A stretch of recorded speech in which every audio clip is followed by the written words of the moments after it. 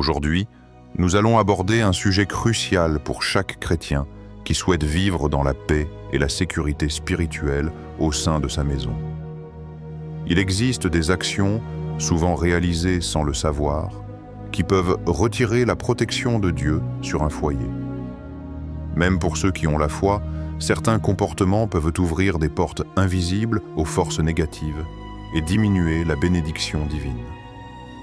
La Bible nous rappelle que la maison d'un croyant est un lieu sacré, un refuge où la présence de Dieu doit être manifeste.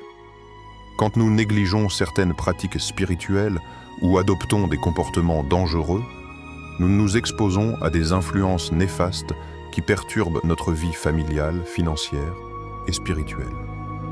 Il ne s'agit pas de vivre dans la peur, mais de comprendre que certaines habitudes et choix quotidiens ont un impact direct sur la protection divine.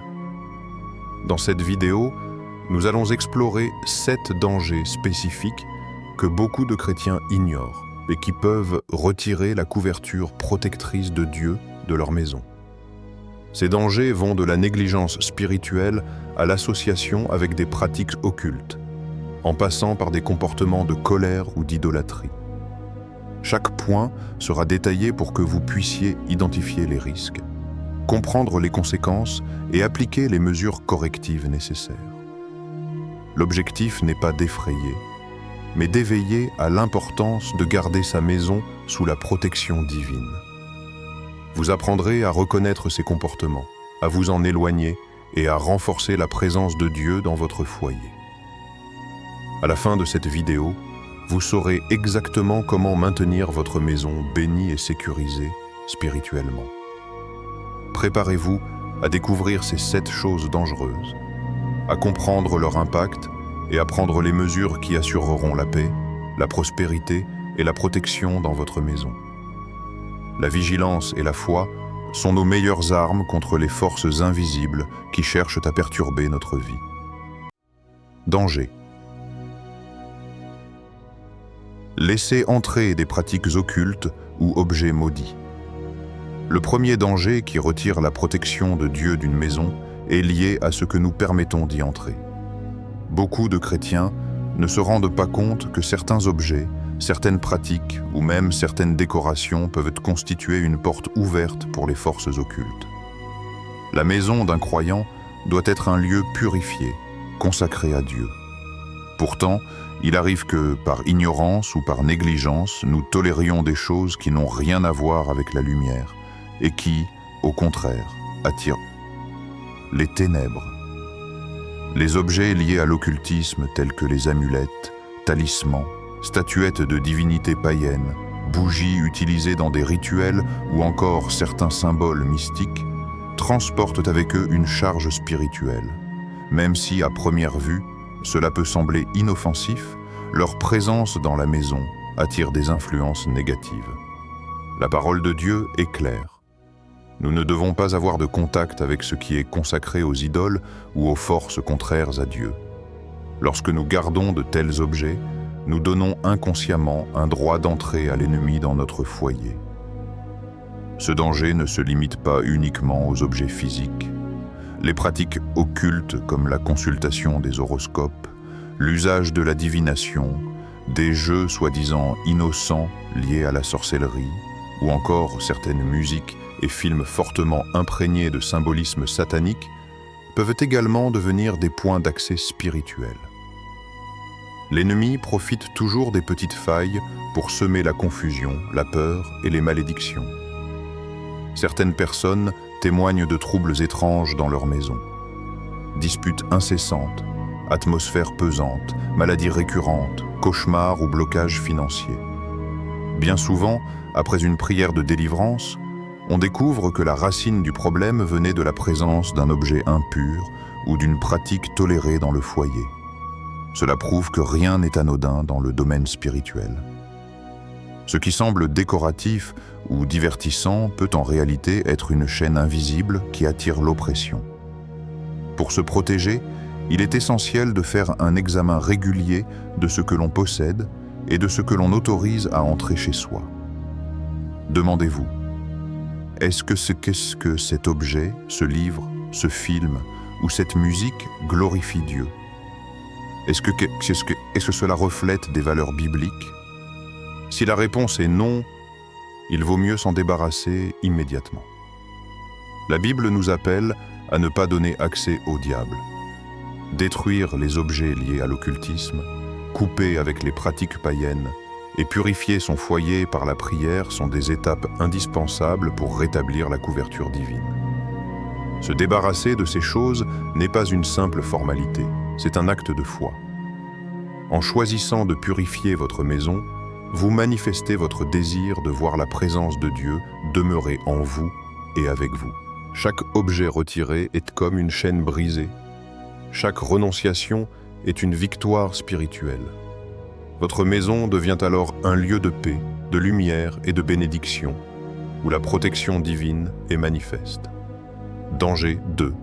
Négliger la prière et la lecture de la Bible. Un autre danger majeur qui retire la protection de Dieu d'une maison est la négligence de la prière et de la lecture de la parole. La vie spirituelle d'un chrétien est comme une flamme. Si elle n'est pas alimentée régulièrement, elle finit par s'éteindre. La prière est le souffle de l'âme et la Bible est la nourriture spirituelle. Quand une famille néglige ces deux piliers, elle devient vulnérable aux attaques de l'ennemi. La maison d'un croyant doit être un lieu où la présence de Dieu est recherchée et honorée chaque jour. Or, dans la réalité, beaucoup se laissent emporter par le rythme du travail, des études ou des distractions, et finissent par reléguer la prière au second plan. Certains ne prient que lorsqu'un problème survient, oubliant que la prière n'est pas seulement une demande d'aide, mais une relation intime et continue avec Dieu. De la même manière, la Bible est souvent laissée de côté, remplacée par des lectures superficielles ou des divertissements sans valeur spirituelle. Négliger la prière et la parole revient à couper la communication avec Dieu. Sans ce lien, la maison perd son ancrage spirituel et devient comme une forteresse sans murailles. L'ennemi n'attend qu'une faille pour entrer et semer le désordre. Tension familiale, découragement, division, ou encore une atmosphère spirituelle lourde. Au contraire, une maison où l'on prie et où la Bible est honorée devient une citadelle imprenable, remplie de paix et de lumière. La prière ne se limite pas à quelques mots récités mécaniquement. Elle doit être sincère, fervente et vécue en famille autant qu'individuellement. Prier ensemble crée une unité spirituelle puissante qui ferme la porte aux influences négatives. Quant à la lecture de la Bible, elle permet d'illuminer l'esprit et de diriger les pas de chaque membre de la maison. La parole est une lampe qui éclaire le chemin et qui fortifie la foi. Beaucoup de témoignages montrent qu'une famille qui rétablit un temps de prière quotidien et qui médite les Écritures voit des changements radicaux dans son foyer. Plus de paix, de joie, de prospérité et de protection divine. La raison est simple. Dieu habite là où on lui donne une place d'honneur. Là où son nom est invoqué, il déploie sa puissance et repousse les forces des ténèbres. Pour ne pas tomber dans ce danger, établissez des habitudes simples mais constantes. Consacrez chaque jour quelques minutes à la prière personnelle, puis fixez des moments de prière familiale. Choisissez un passage biblique à méditer ensemble et laissez-le orienter vos pensées et vos actions. Ce n'est pas la quantité qui compte, mais la régularité et la sincérité. Négliger la prière et la lecture de la Bible, c'est éteindre la lumière qui éclaire la maison. Les maintenir, c'est garder allumée la flamme de la protection divine. Une maison qui prie est une maison qui vit sous la couverture de Dieu. Danger 3. S'associer avec des personnes qui pratiquent la sorcellerie. Le troisième danger qui retire la protection de Dieu d'une maison est lié aux relations que nous entretenons. La Bible avertit clairement, ne vous y trompez pas, les mauvaises compagnies corrompent les bonnes mœurs. S'associer volontairement ou régulièrement avec des personnes qui pratiquent la sorcellerie, la magie ou des activités occultes expose le croyant et son foyer à des influences spirituelles destructrices. L'ennemi utilise souvent les liens humains comme des canaux d'infiltration. Une relation amicale, professionnelle ou sentimentale peut devenir une porte ouverte si la personne en face est engagée dans des pratiques occultes. Même si l'on pense être assez fort spirituellement, le simple fait d'entretenir une proximité régulière avec de telles personnes peut avoir des conséquences graves: transfert spirituel, attaques nocturnes, confusion dans la maison ou encore blocage dans la vie quotidienne. Ce danger est particulièrement insidieux car il se cache souvent derrière une apparence de normalité. Certaines personnes impliquées dans la sorcellerie ne se présentent pas toujours comme telles. Elles peuvent paraître gentilles, serviables ou même religieuses. Mais derrière leurs gestes se trouvent des intentions spirituelles tordues. Leur présence constante dans votre vie peut progressivement affaiblir votre foi, semer la division dans votre foyer ou détourner votre attention de Dieu.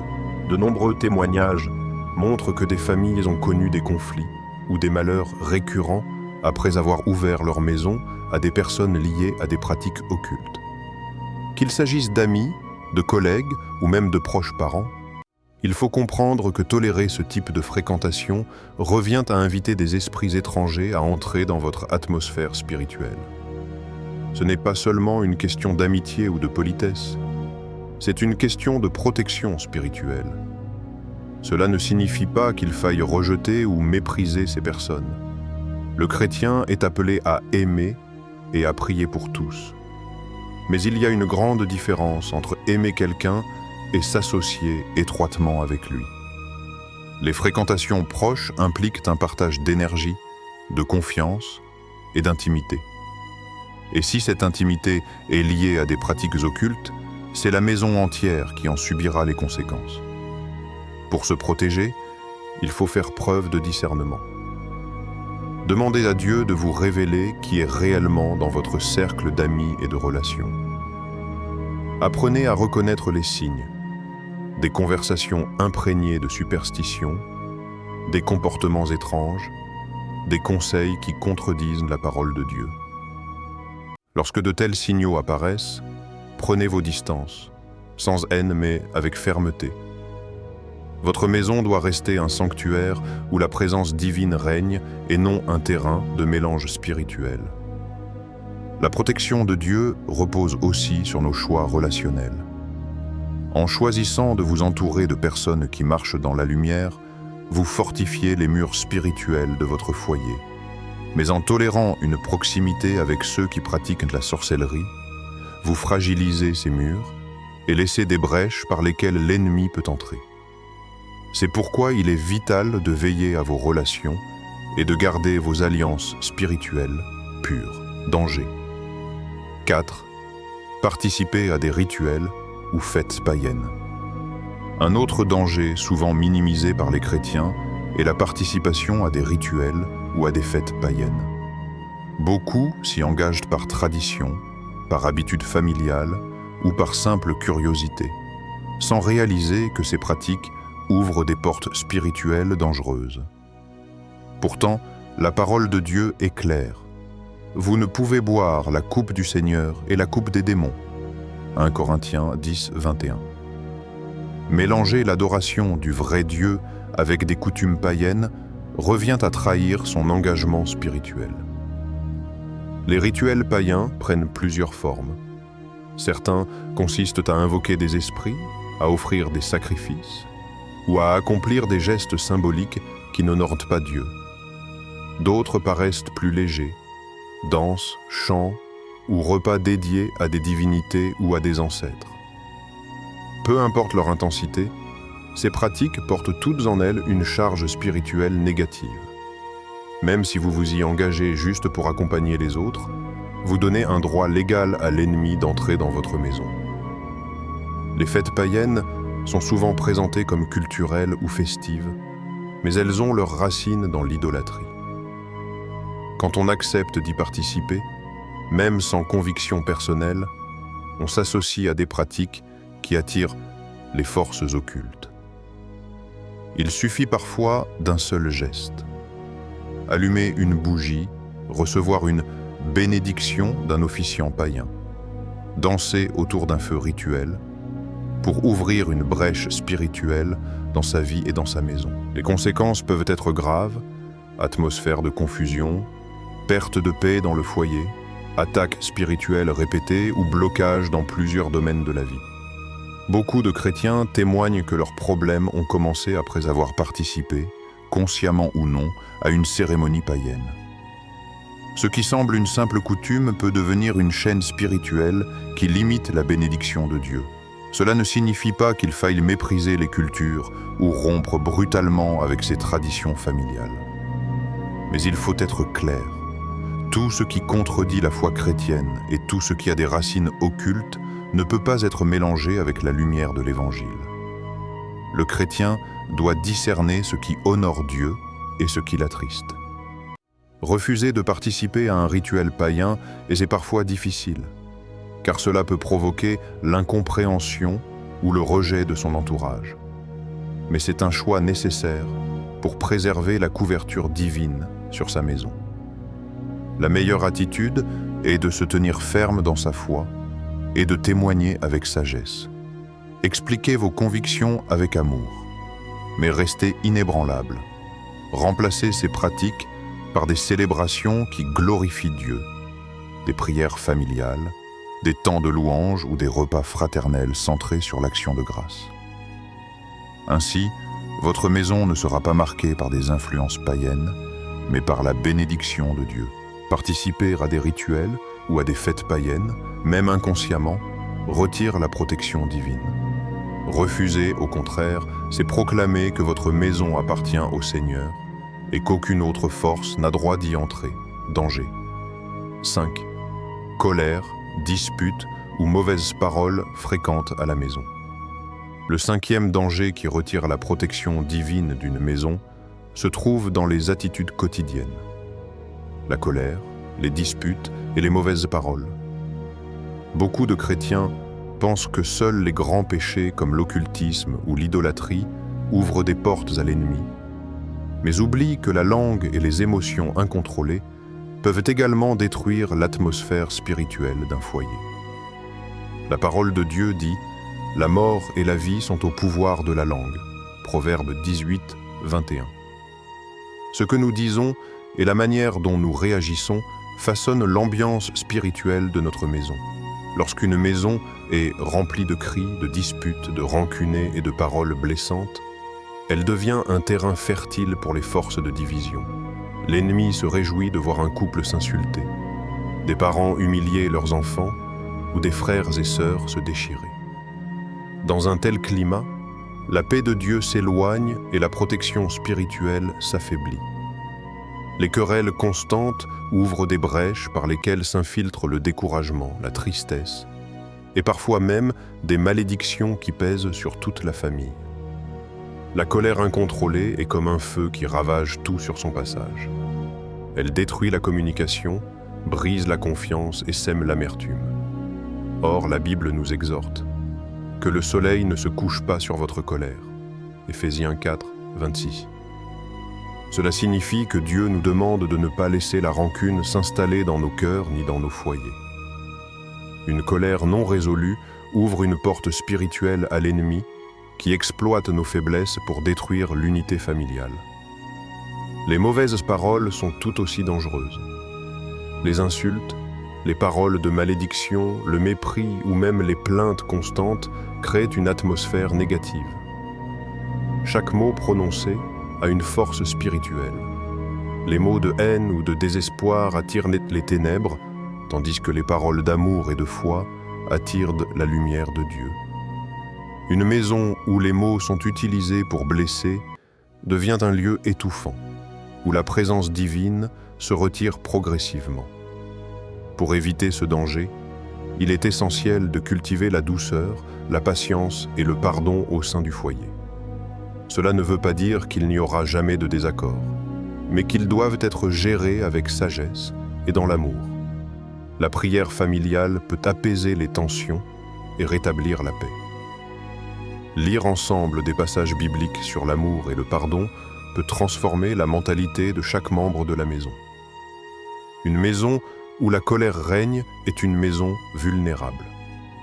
Mais une maison où l'on choisit de semer des paroles positives, de pratiquer le pardon et de cultiver la paix devient une forteresse imprenable. La protection de Dieu se manifeste dans les foyers où la langue est maîtrisée et où les cœurs sont tournés vers la réconciliation. Danger 6. Avoir de l'idolâtrie ou attacher trop d'importance aux objets matériels. Le 6e danger qui retire la protection de Dieu d'une maison est l'idolâtrie, sous toutes ses formes, y compris l'attachement excessif aux objets matériels. La Bible nous met en garde. Vous ne pouvez servir Dieu et l'argent. Matthieu 6, 24. Même sans s'en rendre compte, de nombreux chrétiens placent parfois leurs biens, leur confort ou leur statut au-dessus de leur relation avec Dieu. Cet attachement devient alors une forme d'idolâtrie qui attire des conséquences spirituelles graves. L'idolâtrie ne se limite pas au statut ou aux objets sacrés d'autres religions. Elle peut prendre la forme de la passion pour l'argent, les bijoux, les voitures, la technologie ou même le succès personnel. Lorsqu'une personne vit pour accumuler ou protéger ses biens, elle détourne son cœur de Dieu et affaiblit la couverture spirituelle de sa maison. Le foyer devient une cible pour les forces de l'ennemi qui exploitent la cupidité et l'avidité pour semer des troubles, des malheurs financiers ou des conflits familiaux.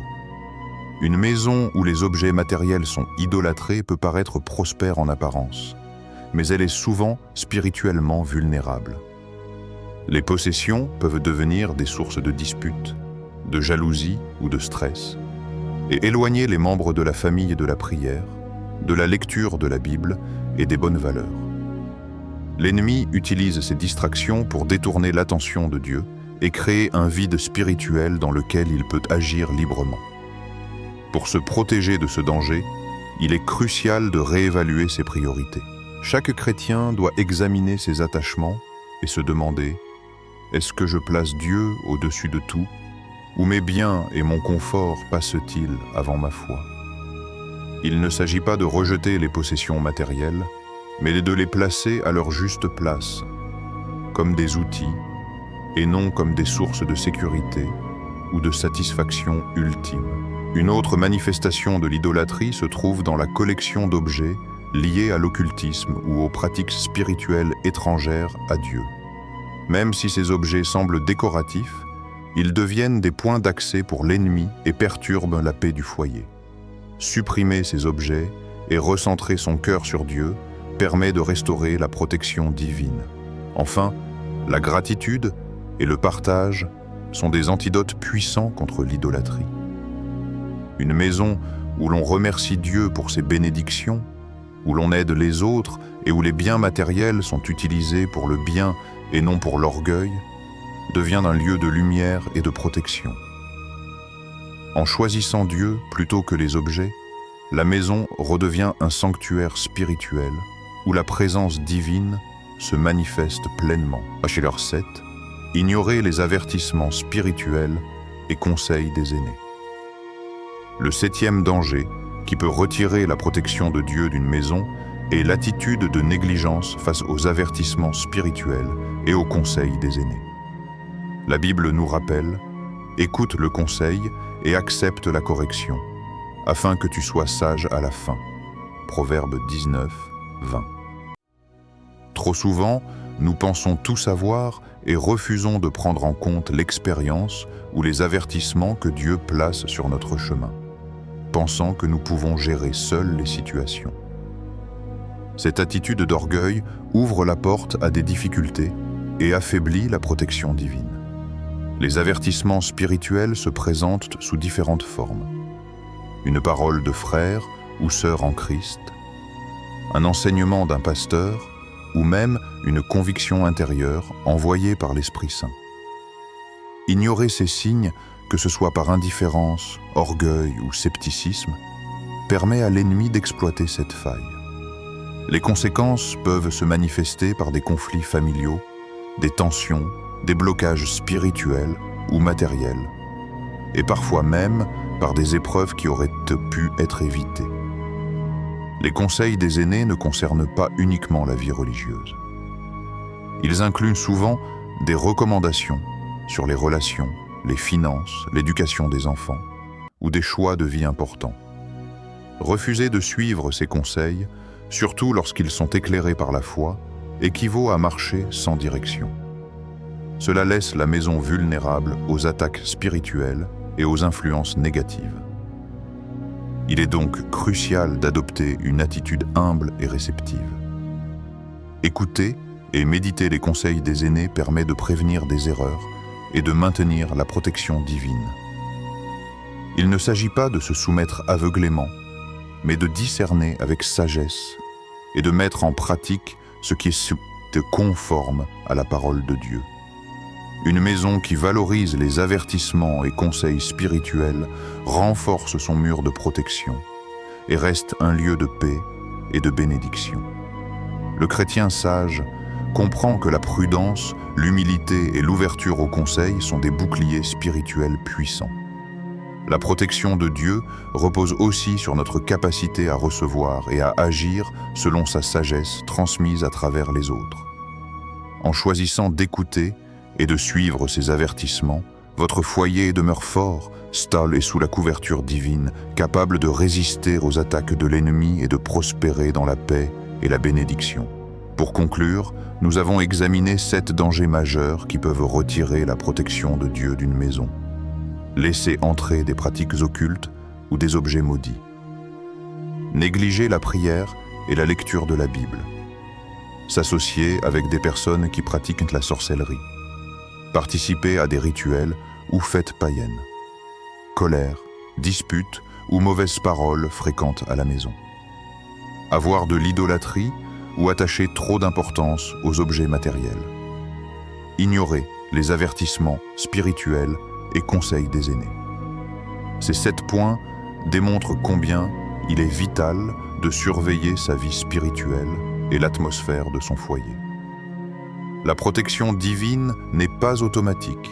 Elle se maintient par la vigilance, la foi, la prière, l'obéissance à la parole de Dieu et le discernement dans nos choix quotidiens.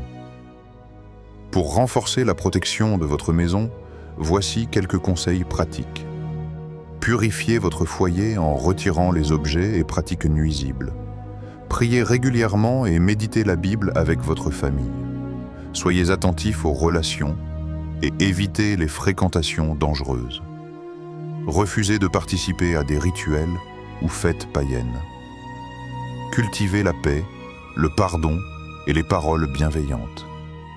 Placez Dieu au-dessus de tout et utilisez vos biens matériels avec discernement. Écoutez les conseils des aînés, et prenez au sérieux les avertissements spirituels. Appliquer ces principes permet à votre maison de devenir un lieu de paix, de lumière et de bénédiction, où la présence de Dieu est manifeste. La couverture divine ne se limite pas à protéger contre le mal visible. Elle agit aussi pour apporter harmonie, prospérité et sécurité dans tous les domaines de la vie. La vigilance et la foi sont vos meilleures armes pour préserver votre foyer des influences invisibles. En restant attentif à ces 7 dangers et en agissant avec sagesse et discernement, vous assurez la bénédiction et la protection sur votre maison pour aujourd'hui et pour les années à venir.